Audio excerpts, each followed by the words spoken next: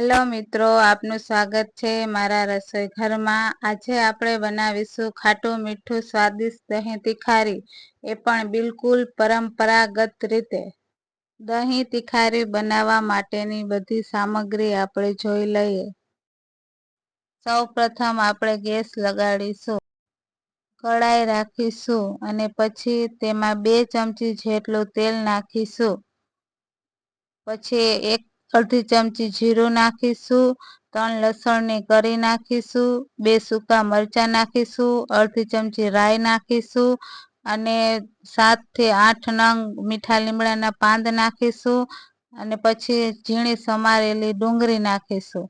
ડુંગળી ગુલાબી રંગની ના થાય ત્યાં સુધી પાકવા દેવાની છે। ડુંગળી પાકી જાય ત્યાં સુધી આપણે દહીંને ફેટી લેશું, જેથી તે સરસ રીતે મિક્સ થઈ જાય।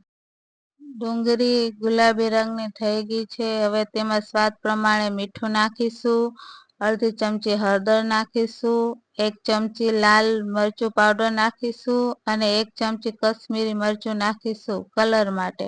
હવે તેને સારી રીતે હલાવીને પકાવવા દેશું। મસાલો પાકી ગયો છે। હવે ગેસ બંધ કરીને તેમાં દહીં નાખીશું, જેથી દહીં ફાટે નહીં અને બરોબર મસાલામાં મિક્સ થઈ જાય।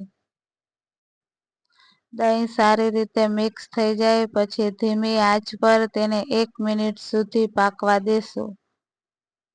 દહીં તિખારી તૈયાર થઈ ગઈ છે। તો ખીચડી, ભાત ને પુલાવ સાથે કંઈક ખાવાની મજા જ કંઈક અલગ આવે છે। વિડીયો પસંદ આવ્યો હોય તો લાઈક કરો, કમેન્ટમાં જણાવો કે તમારા ઘરમાં તિખારી કેવી રીતે બને છે। આવા જ ઘરના સ્વાદ માટે ચેનલને સબસ્ક્રાઈબ કરવાનું ભૂલતા નહીં।